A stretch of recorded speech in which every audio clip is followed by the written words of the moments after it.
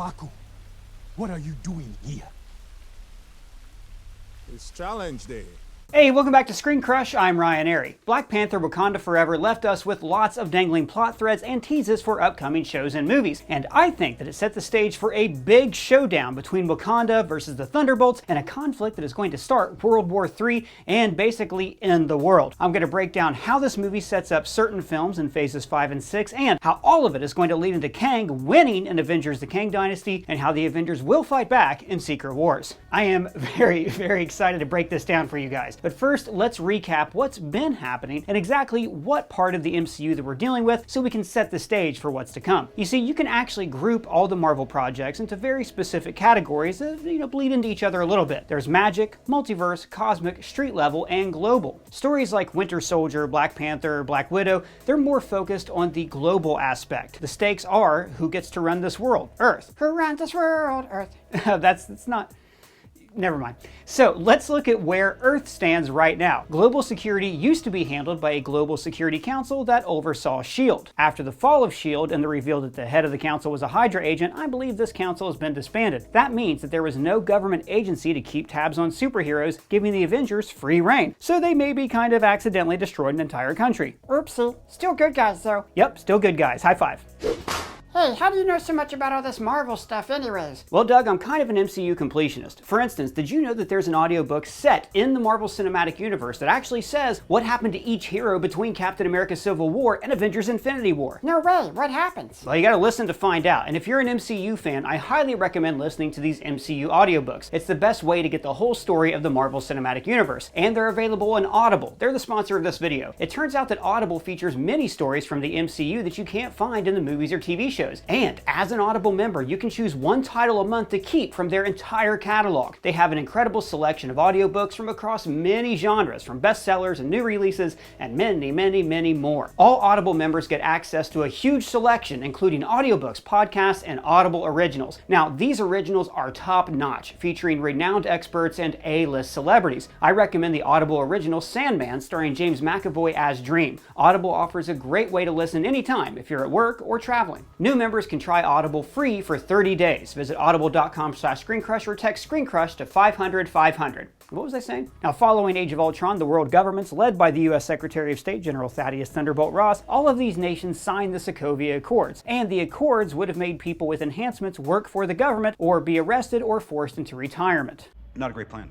As we know, there was a huge backlash leading to heroes fighting each other, the Avengers breaking up, and so they weren't at full force to fight Thanos. After the heroes brought everybody back from the blip, the Accords were quietly done away with. May I remind you that the Sokovia Accords have been repealed. But remember, the reason the Accords were signed to begin with was because of public backlash against the heroes. And the Accords were probably repealed because the public was so grateful that the Avengers brought everybody back. Yeah, big government just needs to leave those heroes alone. Sure, but now the world is in a weird gray area where superhumans are basically unpoliced. She-Hulk is a fascinating show because for the first time we're seeing the precedents for superhuman law being created. Plus, there are no Avengers around to guide these new heroes that keep popping up on Disney+. So, in lieu of mentor figures for She-Hulk, Ms. Marvel, and Spider-Man, we're seeing the government crack down on superhumans. And this is the first key to the MCU's eventual World War III, damage control. The Department of Damage Control started off as Tony Stark helping to create a government department to clean up after hero battles like the Chitauri invasion. Now we've seen that following the fall of S.H.I.E.L.D., their influence has grown. The Department of Damage Control is now in charge of arresting and policing supes. In No Way Home, they arrested Peter Parker and then appropriated the Stark drone technology, and then they used those same drones in Ms. Marvel to pursue Nightlight. You have powers too?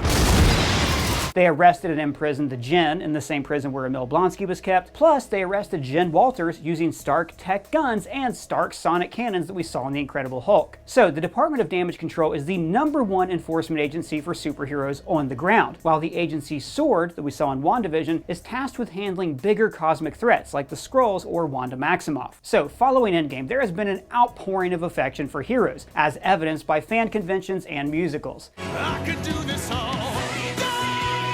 Heroes have once again become celebrities. Thank you, Spider-Man! But I think we're going to start seeing another backlash. John Walker's actions as Captain America sparked protest. She-Hulk got all sorts of blowback from internet trolls. And J. Jonah Jameson is going to keep hitting the airwaves and saying that Spider-Man is a menace, and people are already believing him.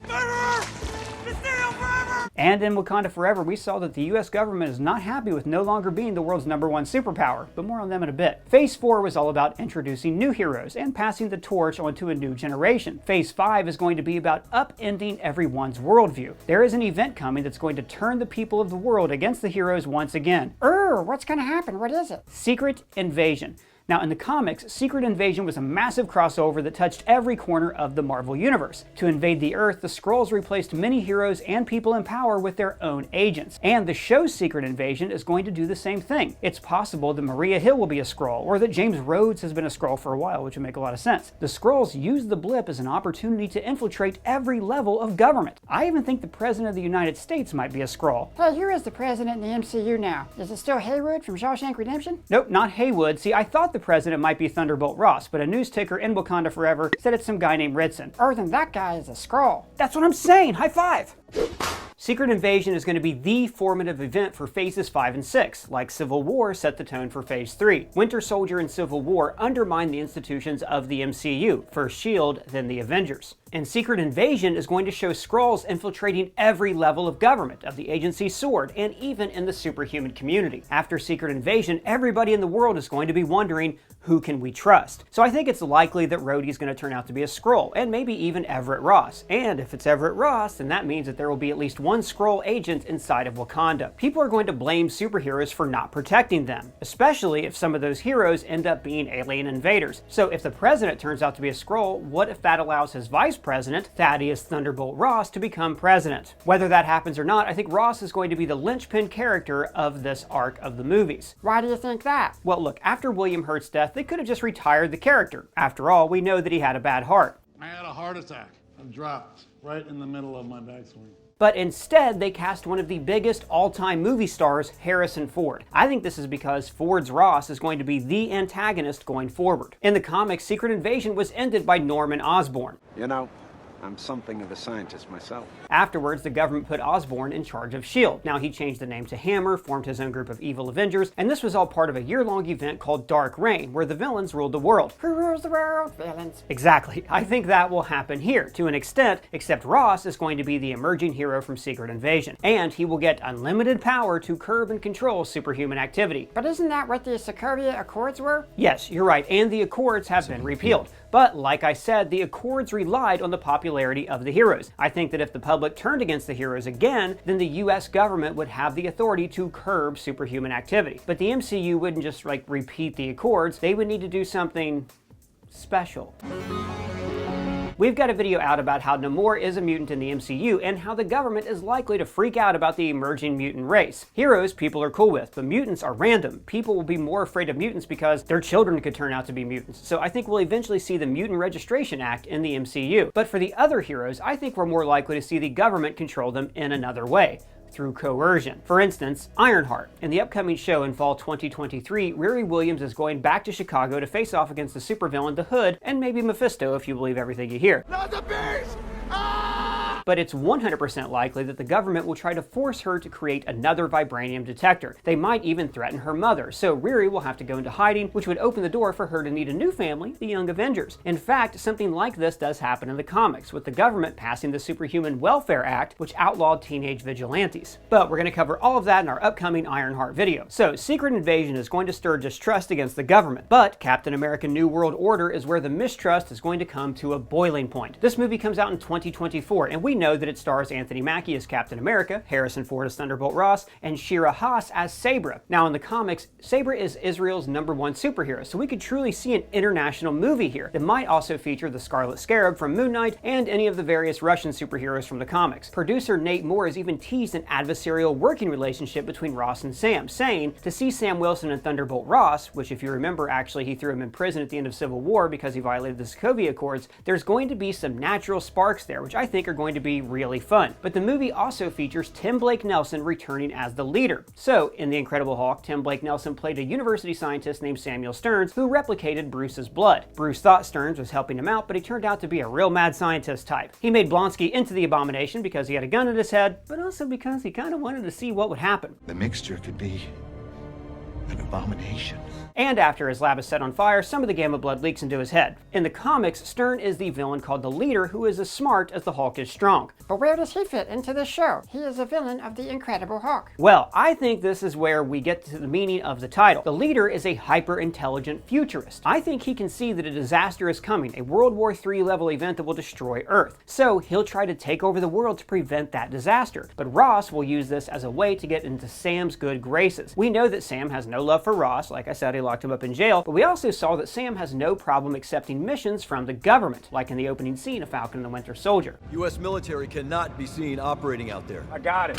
So I think Ross will recruit Sam to discover what Stearns is up to. Ross can't force Sam to help him, but he can coerce him and get on his good side. And we've already seen Val use this same tactic to recruit the Thunderbolts. See, the Sokovia Accords failed because they tried to force pre-existing groups, like the Avengers, to bend the knee. Takes no time to bend the knee. Pledge your soul to her cause. And why would I do that? But Ross's new initiative will succeed by giving the heroes no other choice. There's a supervillain on the loose, and you need to work with us. And this is where the Department of Damage Control is key. Damage control is arresting people with powers who get out of line. So the government has prisons filled with superpowered people who want to commute their sentences. So the Department of Damage Control could even be elevated to a cabinet-level post, a vast organization charged with bagging and tagging people with powers who step out of line. Ross can make the argument that if Damage Control would have had these far-reaching powers before, then they could have prevented the Skrull invasion. So the movie New World Order could end with Ross forming a team of quasi-Avengers that he can rely on. People like Sam Wilson, Jennifer Walters, the new Falcon. This team will be the public face, but the secret team will be the Thunderbolts. And just to bring this back around to Wakanda Forever, what the USA really wants is vibranium. Val tells Ross that she dreams of a world where the US controls that much vibranium. The Secretary of State tells the CIA that the president's new policy is regime change in Wakanda through political instability. Now, if it turns out the president is a Skrull, then this would be the Skrulls trying to pit the world governments against each other. And if the president is Ross, then this is exactly the kind of thing that he would want. Ross is terrified of loose cannons running around with powers, which is why he wanted to recreate the super soldier serum to begin with. So now let's talk about Ross's first team, the Thunderbolts. In the comics, the Thunderbolts were originally a group of villains disguised as heroes. Later, they became a group of reformed villains. They've gone through a lot of different iterations in the comics. I'm not going to go through all of them here. In the MCU, all we know is the lineup, and that lineup tells us a lot. We have Valentina Allegra de Fontaine, Ghost, Red Guardian, Yelena Belova, US Agent, Taskmaster, and Bucky. So for the past year or so, we here at the channel have been really excited to see the Thunderbolts as Marvel's answer to the Suicide Squad, a team of villains who were forced to work for the government, and our projected roster included villains like Zemo and the Abomination. Now obviously, Marvel chose a different path for the Abomination. I've spent every day of my incarceration focused solely on redemption. And instead, we've gotten more of a team of rogues and anti-heroes than villains. But if you look at this roster, I think they all have one thing in common. They're all super soldiers or assassins? No, well, yes, but they have another thing in common. They all owe Val. In Black Widow, we saw that Val routinely hired Yelena for hits. You're not supposed to be bothering me on my holiday time, Valentina. But Val persuaded Yelena to attack Hawkeye to avenge Natasha's death. Maybe you'd like a shot at the man responsible for your sister's death. Now this was to make Yelena feel like she owed Val a favor. Eleanor Bishop actually hired Val to assassinate Clint, so Val could have contracted anyone, but instead she chose Yelena to earn her loyalty. John Walker was publicly humiliated and had the name of Captain America stripped away from him. I am Captain America. Not anymore. And Val gave him purpose. We're gonna need a US agent. Now we don't know the full story with the others yet, but we can guess. Ghost was having trouble stabilizing herself without quantum particles. Maybe the pimps had stored some of this quantum energy at their house, and after the blip, the government seized it as a way to earn Ghost's loyalty. Red Guardian, alright, I mean look, he's kind of a loose cannon, but let's assume that Val helped him and Taskmaster deprogram the other Black Widows around the world. And Bucky's really the odd man out here. Yeah, he spent decades as an unwilling government assassin, so why would he go back into the life? Because Bucky still has his list of people to atone for. Joining a team working for Val might be the best way for him to atone. Also, similar to Sam, maybe they recruit him by asking for his help apprehending a supervillain. And maybe that supervillain is Zemo. But Zemo's being held in a Wakandan prison. Exactly, and this is where we're going to start going a little bit off the rails, because we're going to talk about projects that aren't announced yet or that are in development. Black Panther producer Nate Moore has even said that they haven't made exact plans for Black Panther 3 yet, but the movie left obvious places where the story could go. The US wants regime change in Wakanda, and this also means that this story maybe won't even be told in Black Panther 3, it'll be told in the Thunderbolts, or in the Wakanda spinoff series, or in the Avengers The Kang Dynasty. I will say there is an unannounced spot in spring 2025 that would be perfect for Black Panther 3. Now remember, the Thunderbolts is the last movie of Phase 5. It's the culmination movie that sets up the final stages of the multiverse saga. Now whatever the team does in this movie, it may not even have anything to do with Wakanda. It may just be a mission that's used to get this team to gel together, to make them into an unlikely family like the Guardians of the Galaxy. But Val's real reason for doing this would be to get Bucky on her side. Remember, Bucky is fiercely loyal to Wakanda. Shuri broke his mind control. He was a personal friend to Io and T'Challa. He owes them everything. And yet, he betrayed their trust by liberating Zemo, and he was given a warning. It would be prudent to make yourself scarce in Wakanda for the time being, White Wolf. So, back to what the president said in Wakanda Forever. He wants regime change through destabilization. In the real world, destabilization often happens by promoting a rebellion against the ruling class, or by enacting sanctions that make life difficult for the populace, so they rebel against their leaders. This is usually followed by military action, where one side can say that they're liberating the people. Here's a famous example from history. During World War I, the Germans were fighting the Russians, and the Germans had imprisoned the Communist Party leader Vladimir Lenin. I am the walrus. No, Doug, you're out of your element. V.I. Lenin, the communist leader. I am the walrus. Sweet reference, high five.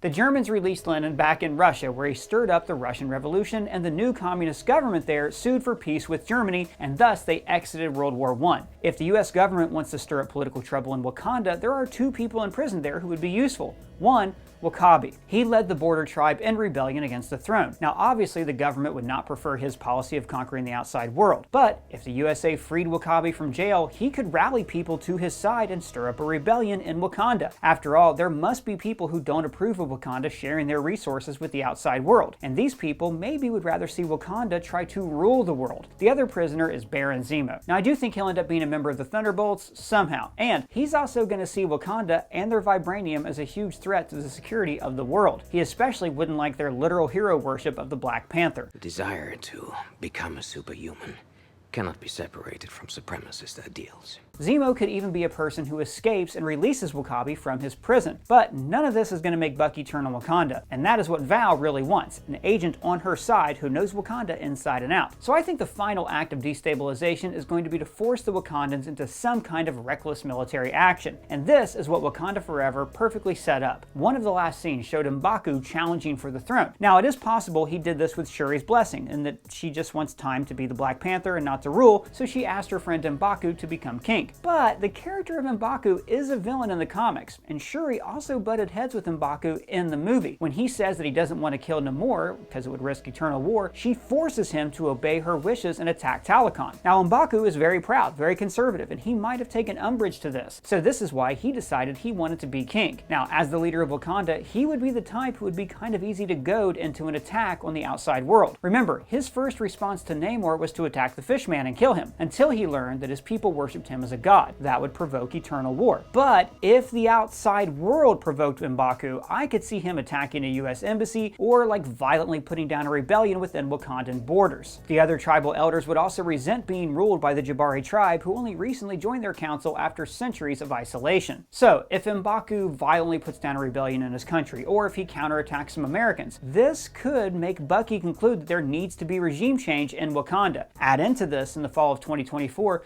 we're rumored to get a Wakanda Disney Plus series, which I'm betting is based around Okoye and Anika being the Midnight Angels. I think this will be about them and Ross performing Black Ops missions in the name of Wakanda around the world. And this is where that violent event could happen, the unintentional attack against Americans that gives the US its excuse to institute a policy of regime change in Wakanda. So let's say to calm all this down, Shuri wants to take the throne back from M'Baku, but she would have a hard time doing that. Without the powers of the heart-shaped herb, she wouldn't be much of a match for M'Baku in one-on-one combat. Now it's possible that the US could learn about T'Challa Jr., so they kidnap him, saying that they will install the legal heir to the throne. Then they could control the kid as a kind of puppet government. At least that would be the USA's plan. The Americans don't know about Namor or Talokan, and Namor basically commands the scariest military on Earth. He said his army's number was like blades of grass, so maybe we only saw a small portion of his forces. Maybe the Talokans have spread out and created colonies all around the world, and they're on every shore of the sea ready to strike. strike. If Wakanda was attacked by the outside world, this would give Namor exactly what he wanted. He would attack to defend his allies, Wakanda, and reveal himself to the world and start a world war. Wakanda would have a choice: attack Talokan, ignore Talokan, or go back to being isolationist, or join Talokan. Shuri would probably want to stop him, M'Baku would want to be neutral, but W'Kabi would want to join him. Or if World War III's kicking off, what about New Asgard? Oh yeah, they would definitely side against Talokan, maybe even against Wakanda. Now all of this is the dark World War III scenario that the leader was trying to prevent